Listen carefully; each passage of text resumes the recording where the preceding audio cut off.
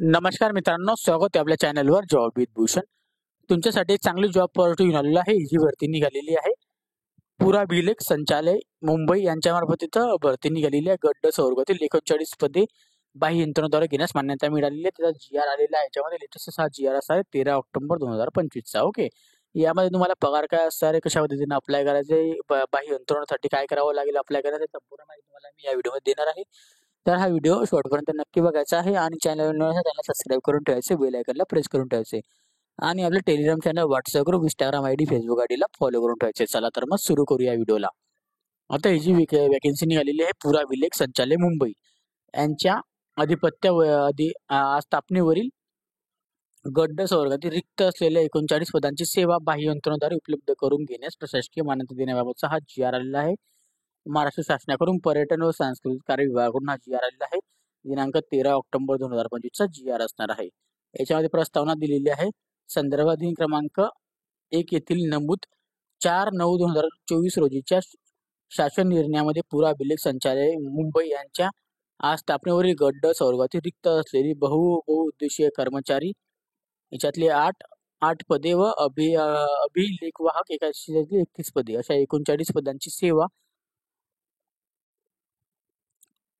अभिलेखवाहक 31 व नाईकची 1 पद, शिपाईची चपराशीचे 5 पद आणि पहारेकरीची 2 पदे दिनांक 1 ऑक्टोबर 2024 ते 31 ऑगस्ट 2025 या 11 महिन्याच्या कालावधीकरता नमुन्यात निवादा धारक L1 निथर्थ फॅसिलिटी मॅनेजमेंट अँड सर्व्हिसेस या संस्थेकडून बाह्य स्रोत पद्धतीने उपलब्ध करून घेण्यास व त्यावरील होणाऱ्या रुपये म्हणजे जो खर्च दिलेला आहे 97,98,360 रुपये करण्याव्यतिरिक्त आपल्याला खर्चास प्रशासकीय मान्यता देण्याबाबतचा हा GR आलेला आहे.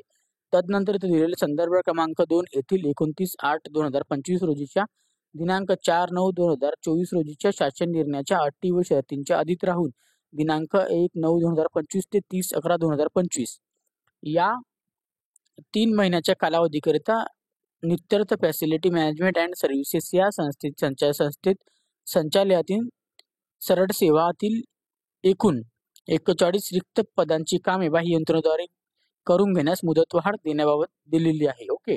आता याच्यामध्ये दिलेलं आहे संदर्भ क्रमांक 3 येथील पत्रामध्ये पुरा अभिलेख संचालयाने पुढील प्रमाणे विनंती केलेली आहे. माहे जुलैचे देयक अधिधान व लेखा कार्यालयास सादर केलेला असता अधिधान व लेखा कार्यालय मुंबई यांचे शासन निर्णय 4/9/2024 रोजी मधील नमूद प्रशासकीय मान्यता 97,98,360 रुपये ही करण्याव्यतिरिक्त अजून संचालयाने सादर केलेली देयके ही करारासह सादर केलेली आहेत. सदरच्या मागणीमुळे वित्तीय मर्यादा ओलांडत असल्याचे दिसून येत असल्याने करासह प्रशासकीय विभागाची मान्यता घेऊन देय फेर सादर करावे अशा अपेक्षा नोंदवलेली आहे. सबब दिनांक 1 जुलै 2025 ते 31 ऑगस्ट 2025 या 2 महिन्यांचे देयके अदा करण्यासाठी 1 सप्टेंबर 2025 ते 31 नोव्हेंबर 2025 अशा 3 महिन्यांच्या करिता सेवा बाह्य यंत्रणेद्वारे घेण्यास निथर्थ फॅसिलिटी मॅनेजमेंट अँड सर्व्हिसेस या संस्थेत मुदतवाढ देण्यात आलेली असल्यास अशा प्रकारे 5 महिन्यांच्या कालावधीकरिता प्रशासकीय मान्यता देण्याबाबतचा विचारता केलेला होता शासनाने. ओके.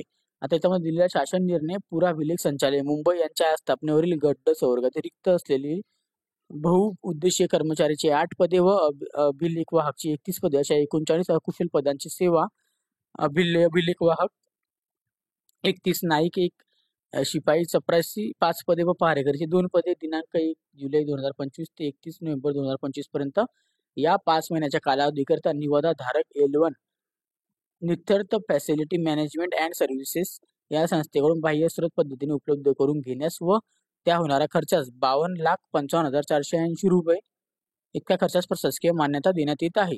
आता याच्यामध्ये दिलेला आहे सदरचा खर्च हा संचालयाच्या मुख्य रेखा शीर्ष मागणी क्रमांक ZD 2205 कला व सांस्कृतिक आणि 104 पुराभिलेख व पुराभिलेख कार्यालय कटांतरी सेवा लेखा शीर्ष सन 2025-26 आर्थिक वर्षामध्ये करता उपलब्ध असलेल्या तरतुदीमधून भागवण्यात यावा. याबाबत खर्च भागवण्यासाठी त्या आर्थिक वर्षाच्या निधींची तरतूद करण्याची जबाबदारी पुराभिलेख संचालक मुंबई यांची राहणार आहे. आता संचालक मुंबई यांना यासाठी नियंत्रण अधिकारी म्हणून घोषित करण्यात येत असून त्या अथवा त्यांनी प्राधिकृत केलेले अधिकाऱ्यास या संबंधीच्या देयकावर स्वाक्षरी करायचे प्राधिकृत करण्यात येत आहे. त्यानंतर दिलेलं आहे मे म्हणजे नित्यर्थ फॅसिलिटी मॅनेजमेंट अँड सर्व्हिसेस या संस्थेची सर्व रकमेचे प्रदान संबंधित केलेले आहे किंवा कसे, तसेच त्यातून सर्व वैज्ञानिक व कपाती, त्यानंतर कर्मचारी भविष्य निर्वाह निधी, कर्मचारी राज्य विमा, त्यानंतर व्यवसाय कर, आयकर, महाराष्ट्र कामगार कल्याण निधी इत्यादी केलेले आहेत किंवा कसे केले हे तपासण्यासाठी या संबंधी वित्त विभागाच्या उद्योग ऊर्जा कामगार विभागाने वेळोवेळी निर्गमित केलेल्या निधी विचारण्याबाबतच्या मार्गदर्शक सूचनांचे काटेकोरपणाने पालन करण्याची जबाबदारी संचालक पुराभिलेख मुंबई यांची राहील. तसेच बाह्यस्रोत कर्मचाऱ्यांना पुरवठादारामार्फत प्राप्त होणारे वेतन यथायोग्य दरमहा मिळत असल्याची खातरजमा करण्याची जबाबदारी संचालक मुंबई यांची राहणार आहे. याबाबत कामाचा पूर्तता झाल्यानंतर खर्चाचे देयके पुराभिलेख संचालक मुंबई यांनी शासनास करावे. ओके. आता सदर शासन निर्णय वित्त विभाग दिलेला आहे. याच्यामध्ये दिनांक 17 एप्रिल 2025 परिशिष्ट वित्तीय अधिकार नियम दिलेला आहे. पुस्तिका 1978 भाग पहिला उपविभाग 4 व अनुक्रमांक 11 मध्ये प्रशासकीय विभागास प्राप्त अधिकारानुसार निर्गमित करण्यात येत आहे. ओके. तर अशा पद्धतीचा हा जी आर आला. तुम्हाला आता वाटत असेल की अप्लाय कसे करायचे, तर तुम्हाला अप्लाय करण्यासाठी काय करायचंय, पुराभिलेखचे जे संचालक मुंबईमध्ये आपल्याला तिथं जायचंय किंवा नाही तर आपल्याला नित्यर्थ फॅसिलिटी मॅनेजमेंट अँड सर्व्हिसेस या संस्थेला आपल्याला भेट द्यायची, तिथं जायचं आहे आणि तिथं आपल्याला सांगायचं आहे की मला इथं काम करायची संधी पाहिजे आहे, जे की पदे मी तुम्हाला सांगितलेले आहे वरती, जे की त्याच्यात दिलेलं आहे. बहुउद्देशीय कर्मचारी मध्ये अभिलेख वाहक, नाईक, शिपाई, चपरासी व पहारेकरी या पदासाठी मला इथं जॉब पाहिजे आहे.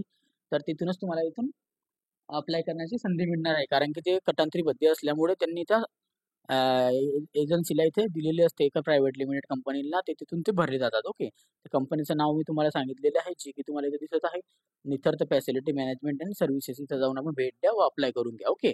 जर तुम्हाला या व्हिडिओ रिलेटेड काही डाऊट असेल तर मला कमेंट बॉक्समध्ये कमेंट करा किंवा मला इंस्टाग्राम फेसबुकला मेसेज करा. त्याची लिंक तुम्हाला डिस्क्रिप्शन बॉक्समध्ये मिळून जाईल. आणि तुम्हाला याची PDF फाईल पाहिजे असेल तर टेलिग्राम चॅनल व्हॉट्सअपला सेंड करून तिथून जाऊन तुम्ही डाउनलोड करून घ्यायचं आहे. ओके. आणि डाऊट असेल तर कमेंट बॉक्समध्ये कमेंट करा. व्हिडिओ आवडला असेल लाईक करा, ज्या जास्त मित्रांना शेअर करा आणि चॅनलवर पहिल्यांदा असेल सबस्क्राईब करा, बेल आयकॉनला प्रेस करा. डेली तुमच्यासाठी नवीन जॉब ऑपॉर्च्युनिटी घेऊन असतो.